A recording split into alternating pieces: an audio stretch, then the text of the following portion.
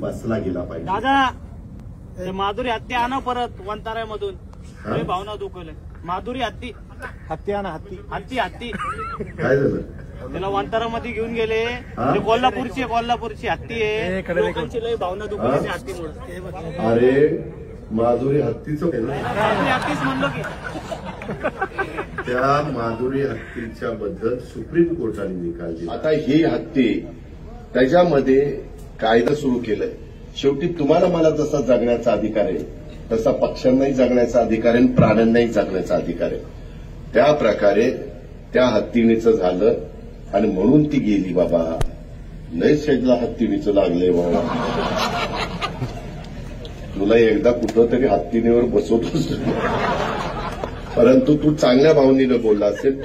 तू प्राणीप्रेमी अशी म्हणून ती भूमिका मांडली. त्याबद्दल तुझं दुमत नाही, तुझं अभिनंदन.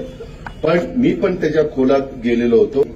त्याकरता जसं बैलगाडा शर्यत जशी आपण सुरू केली तसं काही मार्ग काढता येतोय का, अॅडव्होकेट जनरलला वगैरेंना बोलून आम्ही त्याच्यात प्रयत्न करू. पण